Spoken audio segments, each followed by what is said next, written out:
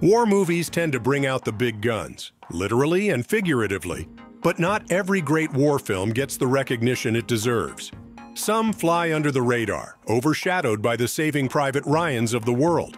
If you're in the mood for something a little different, here are 5 underrated war movies on Netflix that deserve a spot on your watch list.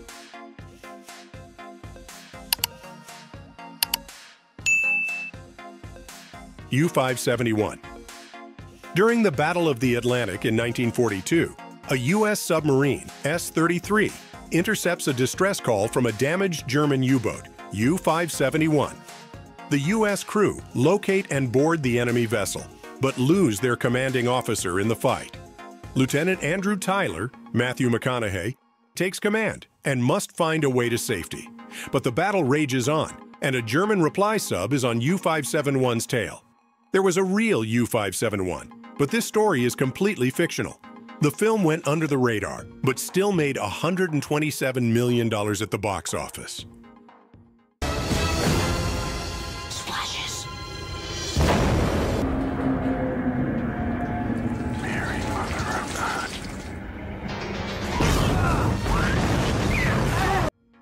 Hacksaw Ridge. Andrew Garfield stars as Desmond Doss in this biopic about a Seventh-day Adventist and pacifist. After the attack on Pearl Harbor, Doss enlists in the U.S. military as a combat medic, but his refusal to carry a rifle makes him an outcast in his platoon.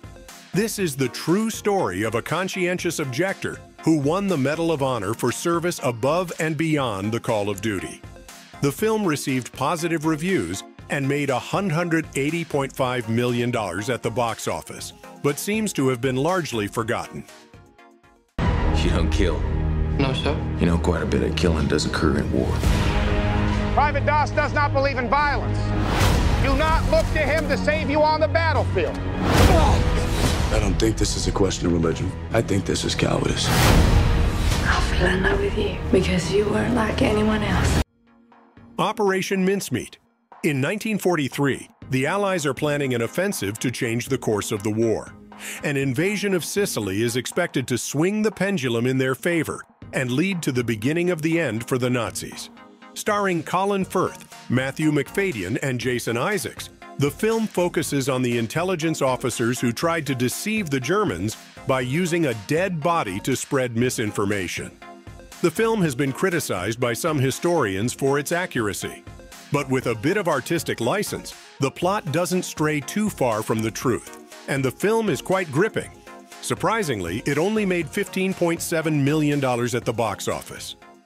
Where a corpse will wash up on shore bearing classified letters. A corpse carrying fake documents. Given the fascist notebook there, we could quite literally float the documents right into enemy hands. Prime Minister, that's too big a risk. The fate of the world is at stake. The plan is highly implausible. So when can it be ready? Well, what say we start with the easy part and find ourselves a corpse? Based on the nonfiction book The Outpost, An Untold Story of American Valor by Jake Tapper, the film tells the story of how 53 U.S. soldiers and 2 Latvian military advisors defeated more than 300 Taliban invaders during the Battle of Kamdesh. In 2009, Provincial Reconstruction Team Kamdesh was located in northern Afghanistan. U.S. soldiers were under frequent attack, and it was known as one of the most dangerous places in the war.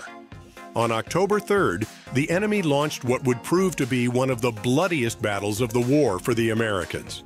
It's a great film that was a complete box office flop, earning only $2.3 million against a budget of $5 million. We came to rebuild the country. But you kill ordinary people. Lay down your arms. We'll give you jobs and peace.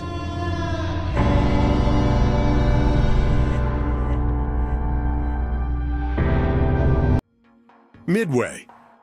Charlton Heston stars in this war film based on the 1942 Battle of Midway. After the U.S. launches an attack on Tokyo, Japan makes plans to retake and destroy the U.S. base on Midway Island. When the U.S. Navy learns of the plans and breaks the code to determine where the Japanese intend to strike, warships are sent to the area to ambush the invaders. The movie received mixed reviews on release, largely due to the inclusion of a love story that adds nothing to the plot, but still grossed $43 million. While the romance is weak and unnecessary, it does not detract from the military aspect of the film and its action sequences.